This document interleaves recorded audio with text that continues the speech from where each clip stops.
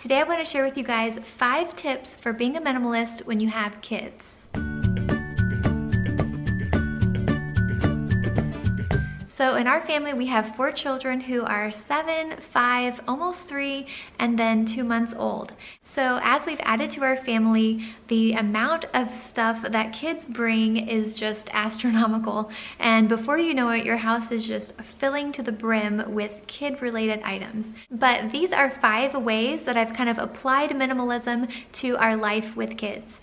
So the first area is toys. Obviously, toys can get out of hand very quickly, but for our family, I really like to limit our toys to things that are creative and educational, so we don't have a lot of electronic toys that we use. Another thing that I started doing recently is keeping the majority of our kids' items in a closet that only mommy and daddy have access to, and that way we can kind of rotate our toys and also teach the kids the value of cleaning up after themselves.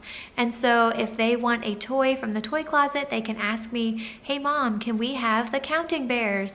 I'll say, "Sure. Have you cleaned up the last item you were playing with?" And they'll say, "Oh no, we haven't cleaned it up." And so I'll say, "All right, we'll go clean it up," and then we can swap it out. So that has been a really great system for us. It's been teaching them to be responsible.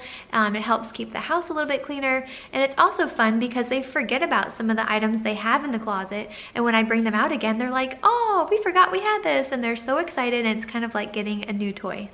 Tip number 2 has to do with clothing. Now, when I had my first child, I probably went a little bit overboard on clothing, buying her things that were more expensive and brand new and really nice. And then as we kept having children, I started realizing how quickly they outgrow clothing and also how hard they are on their clothes.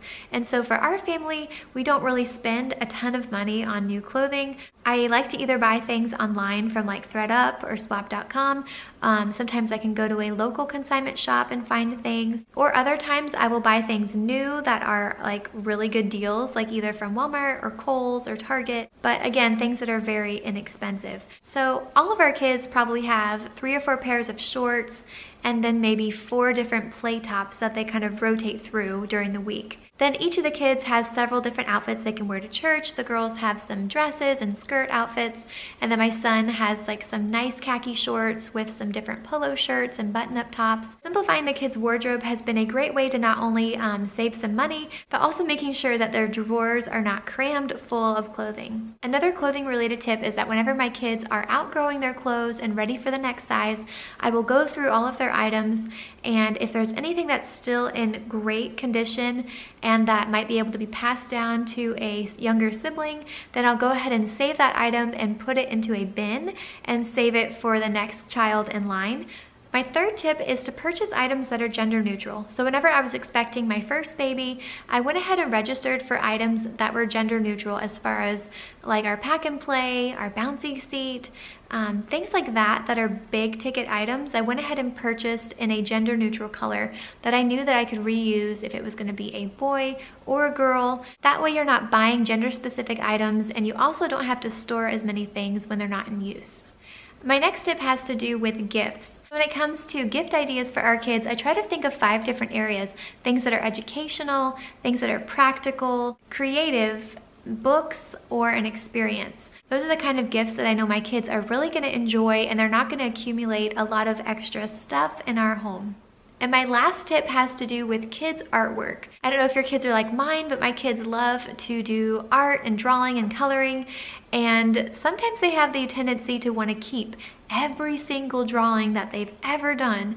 And so that can quickly get out of hand when you have a stack this big of every single picture your child's ever done. So one thing I started doing with my oldest daughter is I gave her a special folder that is her art folder. And basically she can go through all of her art pictures and pick out her favorite ones and keep them in this folder. And then the ones that she doesn't really care so much about, she can recycle those and get rid of them. And so it just kind of helps her to evaluate what she has, go through and pick out the things that are special to her and meaningful to her, and to have a place that she can keep them so that they're not all over the house or spread all over her room. Another neat idea that I've seen when it comes to kids' artwork is to take your kids' favorite art projects and to either take a picture of them or scan them onto your computer and then create some kind of a photo book that you can keep for that year of the picture pictures that your child has done. And that's a great way to remember those special projects, but to have it, on your bookshelf where it's not going to be taking up a lot of room, and something neat that you can flip through in the years to come. So those are my 5 tips for practicing minimalism when you have kids. If you enjoyed this video, please give it a thumbs up, and I'd love for you to subscribe to my channel if you're not already. I'd love for you to share in the comments below if you have any kid-related minimalism tips. And thank you as always for watching. Hope you're having a great day. Bye.